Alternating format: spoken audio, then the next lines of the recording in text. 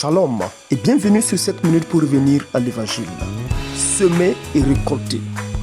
Nous démasquons ce soir cette fameuse loi de semer et récolter qui a été pervertie par l'évangile de la prospérité. Le concept biblique de semer et de récolter est un principe enseigné bien sûr dans la Bible. Le problème est la fausse application qu'on en fait par cette fausse doctrine de l'évangile de la prospérité. S'appuyant souvent sur des versets tels que 2 Corinthiens 9, verset 6, ils enseignent, ces prédicateurs enseignent que nous pouvons accumuler des richesses matérielles et financières sur la base de ce que nous donnons, sur la base de ce que nous semons pour Dieu. Autrement, pour être riche, il faut donc faire des semences financières à l'église pour que Dieu en retour te donne ce que tu veux, ce pourquoi tu es en train de semer comme étant une récolte, une moisson.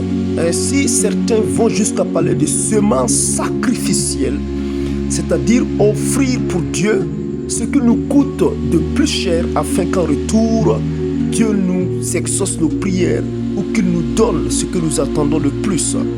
Qu'est-ce que la Bible en dit? D'abord, il faut comprendre que donner fait partie du plan de Dieu. C'est la volonté de Dieu, c'est un ordre de faire des libéralités pour la gloire de notre Dieu. Le problème, c'est quel est le but, quelle est la finalité de nos dons, de nos libéralités. Lorsque les chrétiens donnent à Dieu, ce qu'ils récoltent en réalité, ce qu'ils moissonnent en réalité est une bénédiction spirituelle.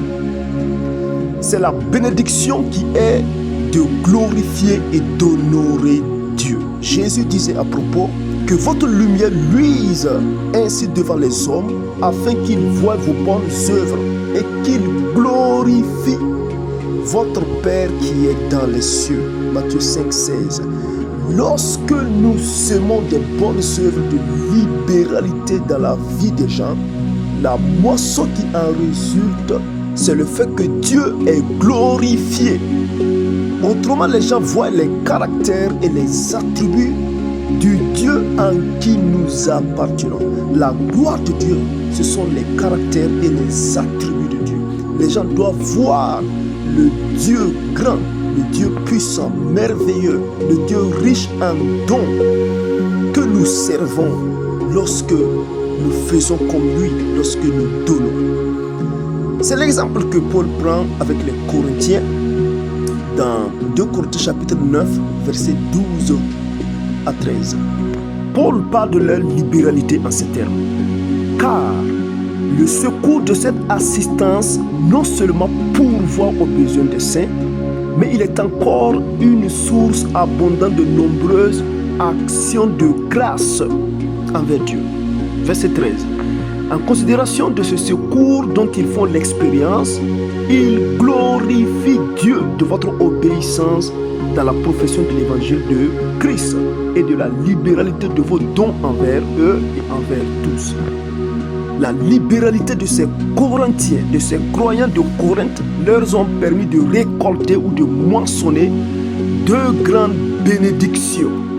Premièrement, des actions de grâce envers Dieu de la part des frères qui ont été secourus.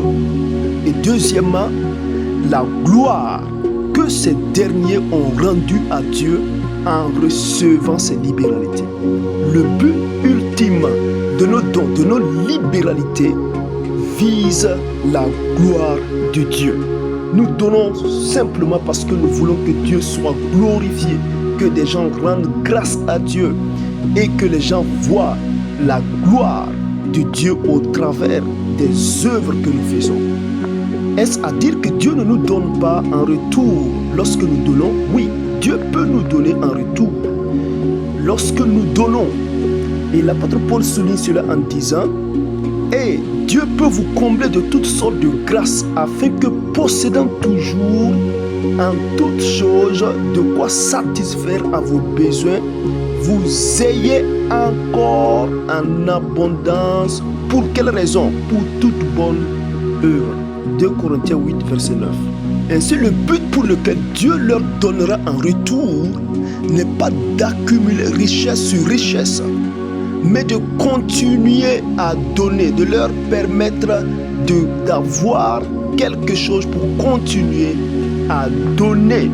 Vous seriez de la sorte enrichis à tous égards. Pour quelle raison? Pour toute espèce de libéralité qui, par notre moyen, feront offrir à Dieu des actions de grâce, comme nous le dit 1 Corinthiens chapitre 9, verset 11. Oui, Dieu promet de nous donner en retour pour que nous continuions à le servir, pour que nous continuions à être une source de bénédiction pour les autres. Cependant, il met en garde contre ceux qui sèment en vue de récolter pour la chair. Il dit ceci: celui qui sème pour sa propre chair moissonnera de la chair la corruption, mais celui qui sème pour l'esprit moissonnera de l'esprit la vie éternelle. Galates 6, verset 8. Lorsque nous semons dans la vie des autres ou que nous donnons pour l'œuvre de Dieu, dans le but de récolter un gain financier encore meilleur, alors nous semons pour la chair.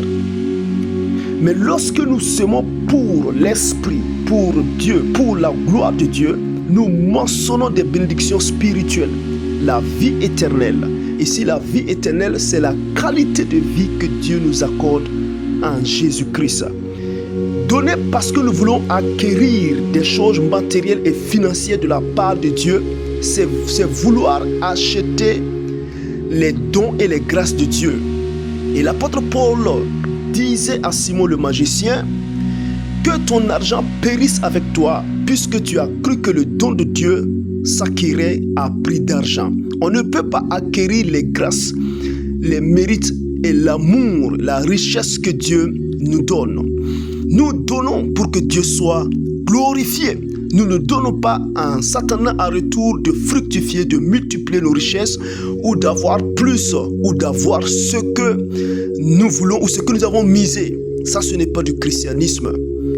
Nous donnons parce que nous avons un Dieu qui donne. Et nous sommes appelés à refléter sa nature en retour en tant que ses enfants. Donnons pour la gloire de Dieu. Que son nom soit béni. Restez connectés pour plus d'enseignements centrés sur la Bible. Shalom chez vous.